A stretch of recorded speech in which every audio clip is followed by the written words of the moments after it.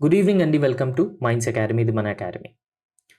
మనం ప్రతిరోజు Andhra Pradesh current affairs అనేవి డిస్కస్ చేస్తున్నాం. ఈరోజు కూడా కొన్ని important Andhra Pradesh current affairs topics ఉన్నాయి. అండ్ అందులో ఫస్ట్ టాపిక్ ఏంటంటే దివ్య భారత్‌కు పర్యాటక హారతి. సో రీసెంట్‌గా నీతి ఆయోగ్ ఒక రిపోర్ట్ అనేది తీసుకురావడం జరిగింది. ఆ రిపోర్ట్ పేరే దివ్య భారత్ రిపోర్ట్. ఆ రిపోర్ట్‌ని ఎవరు ప్రిపేర్ చేశారంటే నీతి ఆయోగ్ ప్రిపేర్ చేయడం జరిగింది.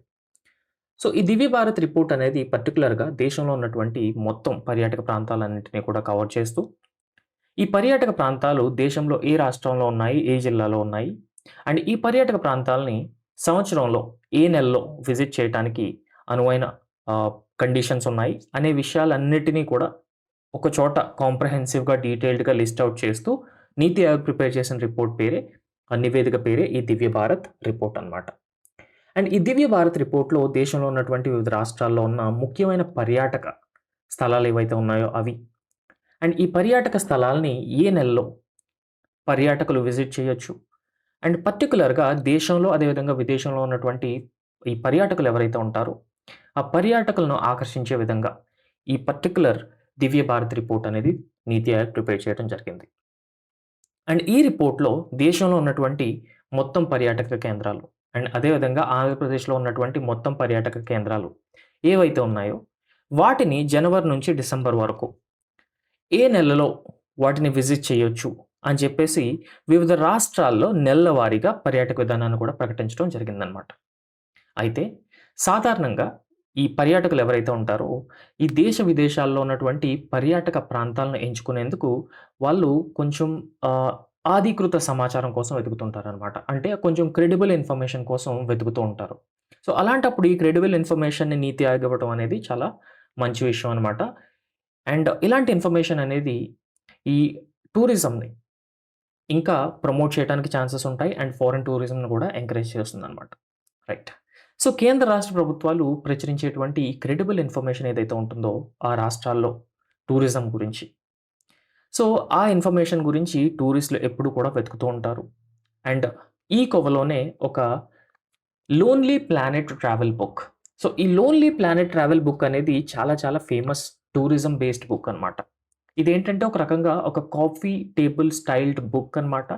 అండ్ ఈ బుక్‌లో ప్రతి కంట్రీకి సంబంధించినటువంటి ఈ టూరిస్ట్ స్పాట్స్ ఏవైతే ఉంటాయో, రైట్? సో, ఈ టూరిస్ట్ స్పాట్స్ అన్నీ కూడా లిస్ట్ ఔట్ చేయడం జరుగుతుంది విత్ బ్యూటిఫుల్ ఇమేజెస్. అండ్ ఈ టూరిజంకి సంబంధించి ఈ లోన్లీ ప్లానెట్ ట్రావెల్ బుక్ అనేది one of the best book and famous book అనమాట.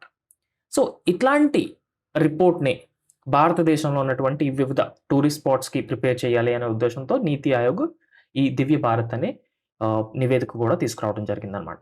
సో, ఈ నివేదికలో దాదాపుగా 498 పేజీలు ఉన్న నివేదికలో ఆంధ్రప్రదేశ్‌కి 13 పేజీలు కేటాయించడం జరిగింది. అండ్ రాష్ట్రంలో ఉన్నటువంటి వివిధ పర్యాటక ప్రాంతాలు ఏవైతే ఉంటాయో వాటిని సందర్శించడానికి అక్టోబర్ నుంచి ఫిబ్రవరి వరకు మంచి సమయం అని చెప్పేసి ఈ నీతి ఆయోగ్ పేర్కోవడం కూడా జరిగిందనమాట. అంటే రాష్ట్రంలో ఏవైతే పర్యాటక ప్రాంతాలు ఉంటాయో ఆ పర్యాటక ప్రాంతాలని అక్టోబర్ అండ్ ఫిబ్రవరి ఈ టైం ఏదైతే ఉంటుందో, సో ఆ టైంలో, సో వింటర్ టైం జనరల్‌గా, సో ఆ టైంలో ఆంధ్రప్రదేశ్‌లో ఉన్నటువంటి పర్యాటక ప్రాంతాలను విజిట్ చేయడానికి మంచి టైం అని చెప్పేసి నీతి ఆయోగ్ పేర్కోవడం కూడా జరిగిందనమాట. అండ్ దాంతో పాటు నీతి ఆయోగ్ ఆంధ్రప్రదేశ్‌లో ఈ కూచిపూడి నాట్యం ఏదైతే ఉందో, కూచిపూడి నాట్యం అండ్ అదే విధంగా విలాసిని నాట్యం. సో, ఈ కూచిపూడి అండ్ విలాసిని నాట్యానికి ఆంధ్రప్రదేశ్ కేంద్రం అని చెప్పేసి నీతి ఆయోగ్ ఈ దివ్య భారత్ రిపోర్ట్‌లో పేర్కోవడం కూడా జరిగిందనమాట. రైట్. సో, ఇప్పుడు స్పెసిఫిక్‌గా మాట్లాడుకుంటే ఈ నీతి ఆయోగ్ అనేది ఆంధ్రప్రదేశ్‌లో ఉన్నటువంటి కొన్ని ఇంపార్టెంట్ పర్యాటక ప్రాంతాలన్నిటిని కూడా లిస్ట్ ఔట్ చేయడం జరిగింది. సో, అందులో కొన్ని ముఖ్యమైనటువంటి పర్యాటక ప్రాంతాలని మనం ఒకసారి చూద్దాం. అండ్ ఇంకొకటేంటంటే ఎగ్జామ్ పర్స్‌పెక్టివ్‌లో ఇది చాలా చాలా ఇంపార్టెంట్ అనమాట. సో, మీరొకసారి ప్రీవియస్‌గా గ్రూప్ 2 ప్రిలిమ్స్ ఎగ్జామ్ చూసుకుంటే, సో, కొన్ని పర్యాటక ప్రాంతాలు అండ్ అవి ఏ జిల్లాలో లొకేట్ అయ్యి ఉన్నాయో అని కూడా అడగటం జరిగిందనమాట. సో, ఈ పర్యాటక ప్రాంతాలు ఏవైతే ఉన్నాయో, ఈ పర్యాటక ప్రాంతాలన్నిటిని కూడా లిస్ట్ ఔట్ చేయడం జరిగిందనమాట. గ్రూప్ 2 ప్రిలిమ్స్ ఎగ్జామ్‌లో కూడా ఈ పర్యాటక ప్రాంతాలు అండ్ అదే విధంగా అవి ఏ జిల్లాలో లొకేట్ అయ్యి ఉన్నాయని కూడా అడగటం జరిగింది. సో, ముఖ్యంగా ఇక్కడ చూసుకుంటే ఈ అరకు లోయ. సో, అరకు లోయ అనేది విశాఖపట్నం జిల్లాలో ఉందన్నమాట. అండ్ దెన్ లంబసింగి అనేది అల్లూరి సీతారామరాజు డిస్ట్రిక్టు అండ్ బొర్రా గుహలు అనేవి అల్లూరి సీతారామరాజు డిస్ట్రిక్ట్‌లో ఉన్నాయి. అండ్ కటికీ జలపాతం. ఈ కటికీ జలపాతం అనేది అల్లూరి సీతారామరాజు జిల్లాలో లొకేట్ అయ్యి ఉంది. అండ్ రిషికొండ బీచ్ విశాఖపట్నం జిల్లాలో. And last time group 2 prelims ఎగ్జామ్‌లో ఈ బీచ్ గురించి అడగటం జరిగిందనమాట. సూర్యలంక బీచ్ గాని. సో, ఇట్లాంటి బీచెస్ అండ్ ఏ జిల్లాలో లొకేట్ అయి ఉన్నాయి అని అడగటం జరిగింది. ఎందుకంటే ఈ జిల్లాలు పునర్విభజన తర్వాత ఇది చాలా ఇంపార్టెంట్ అనమాట. ఏ జిల్లాలోకి ఈ పర్యాటక ప్రాంతాలు వస్తాయని తెలుసుకోవాల్సిన అవసరం ఉంది. ఇక్కడ ఋషికొండ అండ్ అదేవిధంగా యారాడు బీచ్‌లు 2 కూడా విశాఖపట్నం జిల్లాలో ఉన్నాయి. అండ్ కైలాసగిరి కూడా విశాఖపట్నం జిల్లాలో ఉంది. అండ్ సింహాచలం. సో, సింహాచలం వరాహ నరసింహస్వామి దేవాలయం టెంపుల్ ఇది కూడా విశాఖపట్నం జిల్లాలో. అండ్ కొండపల్లి కోట అనేది కృష్ణా జిల్లాలో. ఉండవల్లి గుహలు గుంటూరు జిల్లాలో. అమరావతి ఈ చైత్యం గాని, స్తూపం గాని ఇది గుంటూరు జిల్లాలో ఉంది. అండ్ బేలుం గుహలు నంద్యాల జిల్లాలో. అండ్ అమరావతి కూడా అమరారామం అని ప్రసిద్ధి. సో, బేలుం గుహలు నంద్యాల జిల్లాలో ఉన్నాయి. పాత కర్నూలు. అండ్ గండికోట అనేది వైఎస్ఆర్ కడప జిల్లాలో. హార్స్లీ హిల్స్ అనేవి అన్నమయ్య జిల్లా. అండ్ తలకోన జలపాతం తిరుపతి జిల్లా. అండ్ అహోబిలం నంద్యాల జిల్లా. అండ్ మహానంది నంద్యాల జిల్లాలో ఉన్నాయన్నమాట. రైట్. సో, ఇట్లాగా ఈ టూరిస్ట్ స్పాట్స్ ఏవైతే ఉన్నాయో డిఫరెంట్ జిల్లాల్లో లొకేట్ అయి ఉన్నాయన్నమాట. అండ్ దాంతో పాటు కొన్ని ఫేమస్ పర్యాటక ప్రాంతాలను కూడా పేర్కోవడం జరిగింది. ఫర్ ఎగ్జాంపుల్ ఈ భీమునిపట్నం బీచ్ ఏదైతే ఉందో, ఈ భీమునిపట్నం బీచ్ విశాఖపట్నం జిల్లాలో ఉందన్నమాట. రిషికొండ బీచ్ కూడా విశాఖపట్నం జిల్లాలో ఉంది. యారాడ్ బీచ్ కూడా విశాఖపట్నం జిల్లాలో ఉంది. వీటిని మనం ఆల్రెడీ డిస్కస్ చేసుకున్నాం. అయితే కొండవీటి రిజర్వాయర్, ఈ కొండవీటి రిజర్వాయర్ అనేది అనకాపల్లి జిల్లాలో ఉంది. అండ్ ద్రాక్షారామం భీమేశ్వరాలయం కోనసీమ జిల్లా. డాక్టర్ బిఆర్ అంబేద్కర్ కోనసీమ జిల్లాలో ద్రాక్షారామం భీమేశ్వరాలయం ఉంది. అండ్ కాకినాడ బీచ్ కాకినాడ జిల్లా. And Antarvedi doctor BR Ambedkar Konaseema జిల్లా. అండ్ దిండి ఇది కూడా డాక్టర్ బిఆర్ అంబేద్కర్ కోనసీమ జిల్లాలో ఉంది. అండ్ విజయవాడ కృష్ణానది తీరం అనేది ఎన్టీఆర్ జిల్లాలో. అండ్ కొండపల్లి కోట అనేది కృష్ణా జిల్లాలో ఉండటం జరిగిందనమాట. రైట్. మంగళగిరి గుంటూరు జిల్లా. ఉండవల్లి గుహలు గుంటూరు జిల్లా. ఎత్తిపోతల జలపాతం పల్నాడు జిల్లా. సూర్యలంక బీచ్ అనేది బాపట్ల జిల్లాలో ఉంది. అండ్ గండికోట క్యానియన్ వైఎస్ఆర్ కడపలో. శ్రీ వెంకటేశ్వర నేషనల్ పార్క్ అనేది తిరుపతి జిల్లా. అండ్ బేలుం గుహలు నంద్యాల. శ్రీశైలం నంద్యాల. అండ్ శేషాచలం అరణ్యాలు అనేవి తిరుపతి. అండ్ తాడిపూడి రిజర్వాయర్ విజయనగరం జిల్లాలో ఉన్నాయన్నమాట. సో, ఇప్పుడు నేను ఏవైతే చెప్తున్నానో ఇవన్నీ కూడా ఈ నీతి ఆయోగ్ టూరిజం నివేదిక ఏదైతే ఉందో ఆ టూరిజం నివేదికలో కూడా పేర్కోవటం జరిగిందనమాట. అండ్ కొత్తపట్నం బీచ్ అనేది ప్రకాశం జిల్లాలో ఉంది. అండ్ మైపాడు బీచ్ అనేది నెల్లూరు జిల్లాలో. చంద్రగిరి కోట తిరుపతి జిల్లా. గుత్తికొండ బెళ్ళలు పల్నాడు జిల్లా.